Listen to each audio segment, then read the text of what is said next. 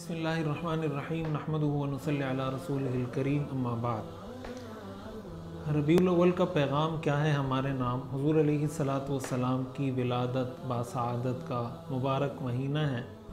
और ज़ाहिर है कि इस दुनिया के लिए इससे बड़ी कोई सआदत, बरकत, खुशबख्ती, नेक वक्ती की कोई बात नहीं कि अल्लाह ताला ने अपने आखिरी पैगम्बर हमारे आका हज़रत मोहम्मद मुस्तफ़ा सल्लल्लाहु अलैहि वसल्लम को इस महीने में पैदा फरमाया। हुज़ूर अलैहिस्सलातु वस्सलाम इस दुनिया में एक मकसद, एक विज़न, एक मिशन लेकर आए थे और उम्मत को एक गाइडलाइन आपने फ़राहम की अपनी मुबारक ज़िंदगी में कि जिस पर चलकर इस उम्मत को दुनिया और आखिरत की कामयाबी मिलनी है। और अगर हुज़ूर अलैहिस्सलातु वस्सलाम की उम्मत उस रास्ते से हट जाती है, उस तरीक़े को छोड़ देती है, तो वो कभी कामयाब नहीं हो सकती। हुज़ूर अलैहिस्सलातु वस्सलाम की सीरत को, आपके तर्ज़ ज़िंदगी को कुरान करीम ने हमारे लिए उस्वा हसना करार दिया है, रोल मॉडल और एक आइडियल निज़ाम ज़िंदगी करार दिया है कि एक अच्छा इंसान कौन होगा,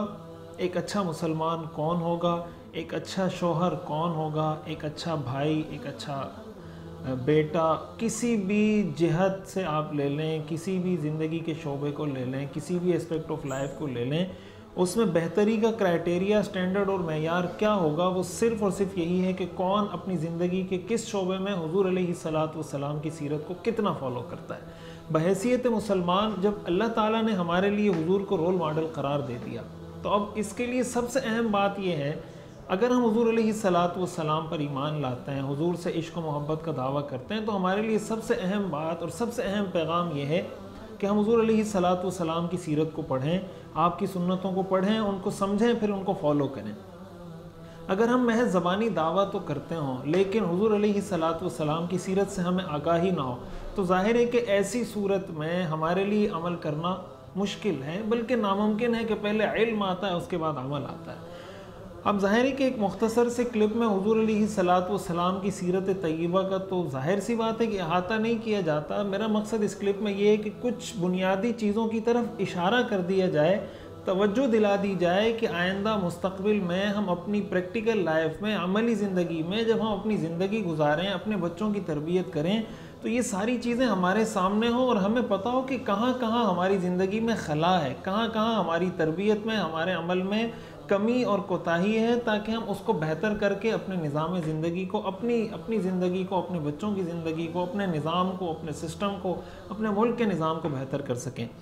हुज़ूर अलैहिस्सलातु वस्सलाम का तर्ज़ ज़िंदगी, आपकी सीरत, आपकी सुन्नत हमारे लिए रोल मॉडल है। आप जिस जिहत से भी मुताला करें, जिस एस्पेक्ट ऑफ लाइफ से भी मुताला करें। अब देखें, हम अपनी ज़िंदगी में मुख्तलिफ़ हैसियतों से ज़िंदगी गुजार रहे होते हैं। हम एक वालिद की हैसियत से, बेटे की हैसियत से, भाई की हैसियत से, शोहर की हैसियत से, पड़ोसी की हैसियत से, एक रिश्तेदार की हैसियत से, एक हुक्मरान की हैसियत से, एक ऑफ़िसर की हैसियत से, एक जज की हैसियत से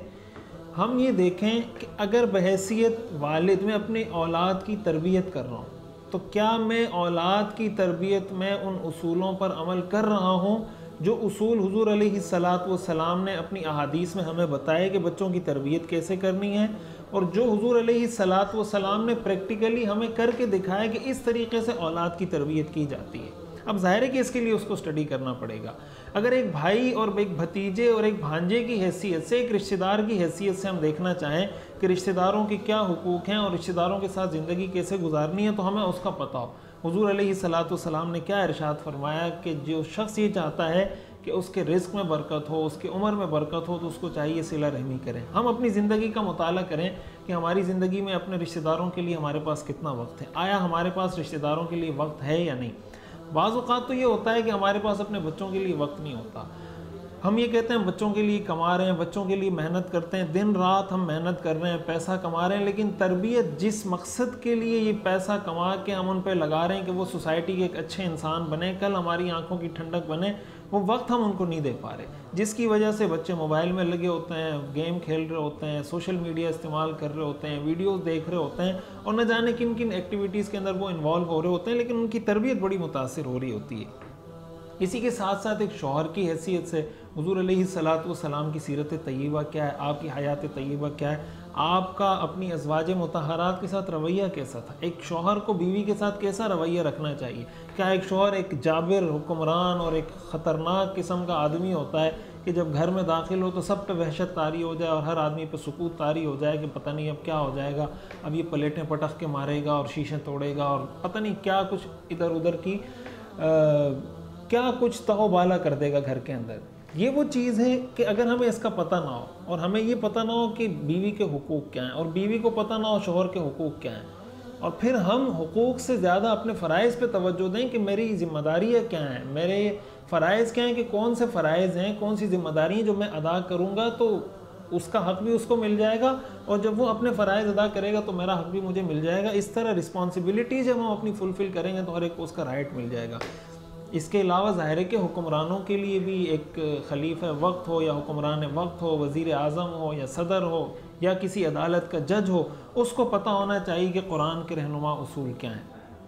हमने इंसाफ कैसे करना है। दो लोगों के दरमियान अगर मामला आ जाता है, मिसाल के तौर पर दो सियासी पार्टियों का आपस में इख्तिलाफ हो जाता है, एक आदमी है वो एक सियासी पार्टी से ताल्लुक़ रखता है, दूसरा आदमी है वो दूसरी सियासी पार्टी से ताल्लुक़ रखता है। अब उसके पास मेयार और क्राइटेरिया क्या होगा किसी को सही या गलत करार देने का। हमारा क्राइटेरिया ये है कि मेरी पार्टी का तो ठीक है, दूसरी पार्टी का तो गलत है। कुरान का क्राइटेरिया ये कूनू क़व्वामीन बिलक़िस्त शुहदा लिल्लाह, के इंसाफ की बात करो। अगर तुम्हारी मुखालिफ पार्टी का सही बात कर रहा है तो बोलो सही कर रहा है, अगर तुम्हारे अपनी पार्टी का आदमी है लेकिन गलत काम कर रहा है तो बोलो कि गलत काम कर रहा है। हमारे यहाँ क्या होता है कि अगर कोई आलिम किसी पार्टी की सपोर्ट हिमायत कर लेता है कि यार ये पार्टी बहुत अच्छा काम कर रही है, कल को वो कोई गलत काम करता है तो सारे मोड़ मोड़ के उसको बोल रहे होते हैं कि तुम ही तो उसको सपोर्ट करते थे, तुम ही कहते थे बड़े अच्छे लोग हैं और ये कर दे वो कर देगा। भाई जिस चीज़ में सपोर्ट की गई थी ये देखें वो काम सही था या सही नहीं था। अगर वो काम सही था तो सपोर्ट ठीक थी। उसका ये मतलब नहीं, हाँ अगर कोई ये कहता है कि इसने जो काम किया, जो काम करेगा, जो कर रहा है सारे ठीक है, मैं सबको सपोर्ट करता हूँ, ये तो गलत है। लेकिन जो आदमी सही काम कर रहा है, किसी भी पार्टी का है, किसी भी फरीक का है, किसी भी ज़बान का है, किसी भी कम्युनिटी का, किसी भी मुल्क का है, आप उसको सपोर्ट करें। ये हमें सीरत का दर्स सीरत से सीखने को मिलता है। बड़ी मशहूर हदीस है, हज़रत अबू हुरैरा रज़ी अल्लाह ताला अन्हु को हुज़ूर अलैहिस्सलातु वस्सलाम ने जो निगरानी बताई कि आप इसकी निगरानी करें, कुछ सामान की, शैतान आया, पूरा एक तफसीली वाक़या है। तो आखिर में शैतान ने जाते हुए हज़रत अबू हुरैरा को आयतुल कुर्सी सिखाई कि अगर तुम आयतुल कुर्सी पढ़ोगे तो मेरा काबू तुम पे नहीं चलेगा और मैं यहाँ नहीं आ सकूँगा। तो जब सुबह हुई हुज़ूर अलैहिस्सलातु वस्सलाम के साथ सारी चीज़ें डिस्कस हुई तो हुज़ूर ने शैतान के बारे में फ़रमाया सदक़ा व हुवा कज़ूबुन, कि शैतान ने ये बात सच की अगरचे है वो झूठा। यानी शैतान ने भी जो सही काम किया आपने उसको सही करार दिया, आपने उसको फरमाया कि ये सच है, लेकिन है वो झूठा, वो हमेशा झूठी बोलता है, लेकिन ये बात उसने सच की है। इससे ये भी पता चलता है कि हम अपनी माशरती ज़िंदगी के अंदर जब हम ज़िंदगी गुजार रहे होते हैं, बसा औक़ात क्या होता है कि हम चाहते हैं हर आदमी मेरे मिजाज में ढल जाए, हर आदमी मेरे मिजाज के मुताबिक हो जाए, 100% मेरा जैसा हो जाए। तो भाई जब उसका जिस्म अलग है, उसकी आंखें अलग हैं, उसके कान अलग हैं, उसकी बॉडी अलग है, हर चीज़ उसकी अलग है, उसका मिजाज भी अलग होगा। ये नहीं हो सकता कि 100% चाहे वो आपकी बीवी हो, चाहे वो आपका बेटा हो, चाहे वो आपके वालिदैन हो, चाहे वो आपके भाई रिश्तेदार हों। हाँ, ये आप देखें कि